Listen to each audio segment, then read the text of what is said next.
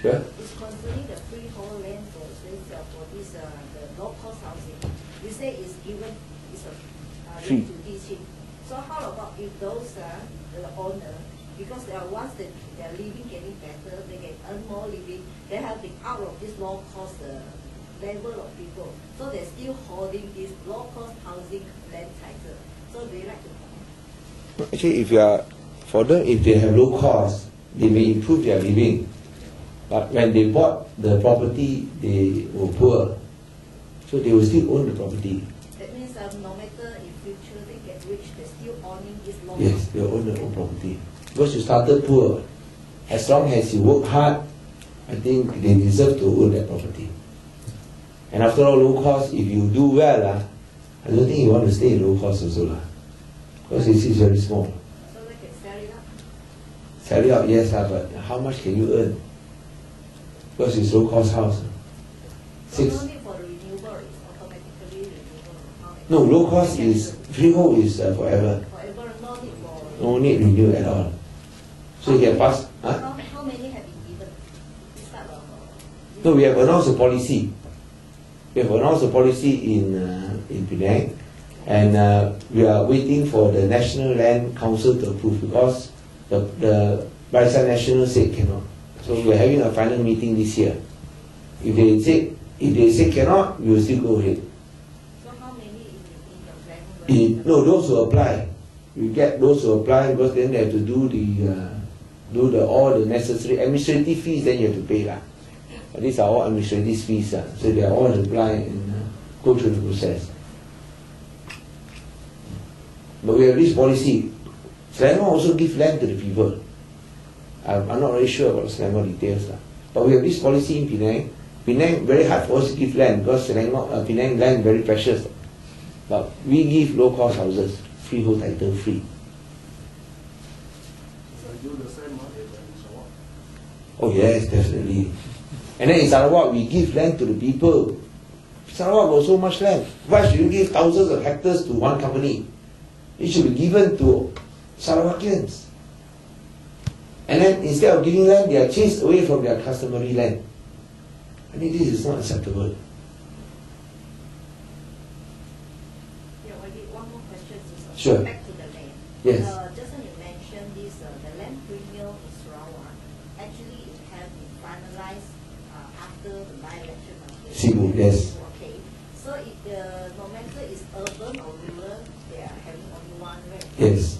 So it's not how actually you comment, because now you say the apple and the orange is kind of, it's not comparable. Yes. Okay, in that case, because now then, no matter it's rural or urban, they are getting one rate. But is it still cheaper than whatever the Barisan National they claim it? What do you mean? No, if you want to compare to Penang, because the value of Penang land is higher. How about in Kuching, if I say for Even our Penang land higher than Kuching. Much higher than Kuching. How much is the land per square foot in Kuching? Maximum? I think maybe it's most expensive. How much is it per square feet? At least 300. At least. Prime land, ours is 700. Depending also the 600-700. I'll talk about prime location now. You're looking at 600-700. So if you have that type of value, you don't mind paying that minimal premium that they compare. For example, I said I do not know what the rates are, but we have never got people complaining. But so far, we have nobody complaining in those prime areas. We don't have people complaining to us about the premium on the land. They are happy that they own the land. In Penang, it is a situation that you got money, cannot buy. 槟城是挣有钱买不到。The situation in Penang is a bit different. You got money, you can't buy because there's no land available. Just like heritage homes also the same, houses also the same. You know, like Kampung Buah Pala, they always like to make a big issue. They don't want to mention that we gave compensation to the residents, 24 residents, one double-story terrace house each. And that is worth 750,000 to 800,000. That is the value of, that is the price of houses in Penang. double-story terrace, 1,200 square feet, worth 750 to 800,000. Do they do that in Sarawak? And yet they say that, oh, we don't treat the residents well. You know, the Kampung Pala issue is started by Barisan Nasional, not by us. Only because we have to solve it when they sign away everything. But when we get compensation, we manage to get a double-story terrace house. And I don't think any Barisan Nasional government has given what we have given.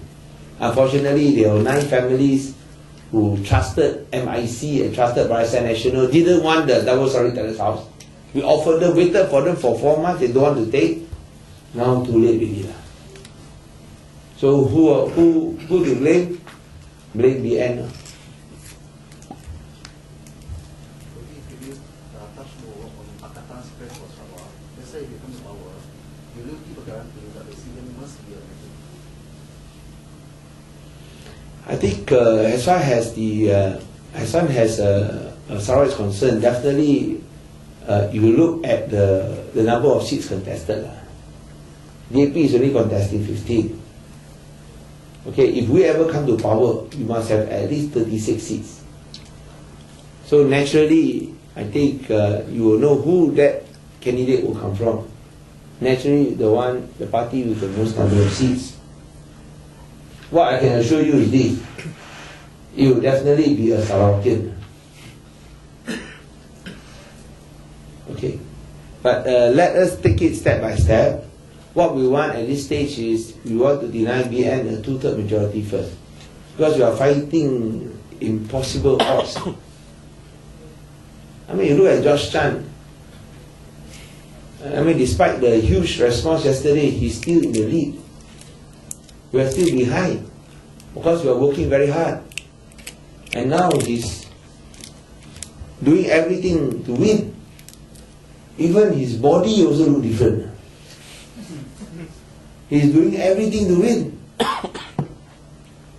Isn't it? His body also changed. You know? I think you ask his wife whether his body is like that, she'll tell you no. So they will do anything to win. And I think that is why it is very tough, but we will try. Because I think change is very important for the people of Sarawak. But the 16th of April, if we can win this battle of the century, it is not only a 2-party system instead of 1-party rule. It's not only people's rule instead of one-man rule. It is also Sarawak rule instead of Tauke rule. You know this Tauke? Tauke, why Tauke? Tauke rule. Incredible.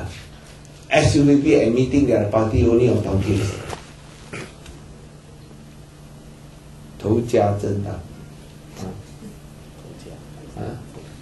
，OK 啊，头家是吧？头家政党，你不是人年党，人年应该改名了，改为头家政党了，改名换姓了。头家政党，why 头家？哦 ，defending 头家哦。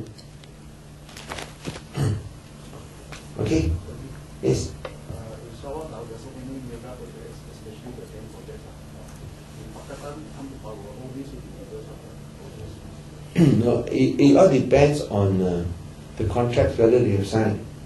We have always said that we honour the contracts signed by the previous government.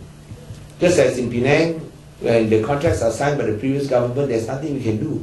Kampung Buah Pala, there's nothing we can do because they signed everything away already. But what we can do is really negotiate the terms to get better terms. So originally, like Kampung Buah Pala, the residents only get what a low middle cost house in a flat, 750 square feet like that. Because we renegotiate the terms, we gave them a double-story terrace house, 1,200 square feet, 99 years lease, worth 750,000. Before that, 35,000. We gave them a house that is worth 10 times more. So the same method will be applied in Sarawak. We will negotiate to get better terms, but you cannot completely cancel the project because it has been signed, or else you get sued until you go bankrupt. So what we have to do is we renegotiate the terms.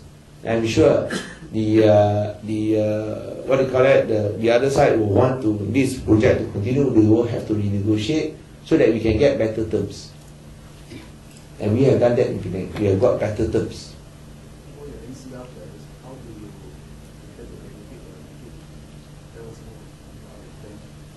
Oh, number one, a 1 billion ringgit Dayak fund. 1 billion ringgit from Sarawak, 1 billion ringgit from the federal government. If the federal government don't want to give, then when we win power in Putrajaya, we will put in the 1 billion ringgit, 1 to 1. After all, you take 95% of Sarawak resources, you should give something back. Dayak. I mean for all. Dayak encompasses all the. Yes. You can call it the Ngap Sayup Development Endowment Fund. No, to help the natives. Huh? So that they can live with dignity. Make sure they have electricity. Make sure they have proper housing. Make sure they have proper schooling. We don't want school children on the way to school get raped. We want schools we want in the interior to have at least enjoy electricity. You know, very, very odd, no? In Sarawak, even though you don't have electricity, they can give you computers. No? How can computers run without electricity? No? But in Sarawak, apparently they can run without electricity. Very, very smart. So in Chinese they call this 电脑，没有电怎么样电脑能够操作？所以我看在沙捞越很特别电脑其实基本上是没有电也没有脑。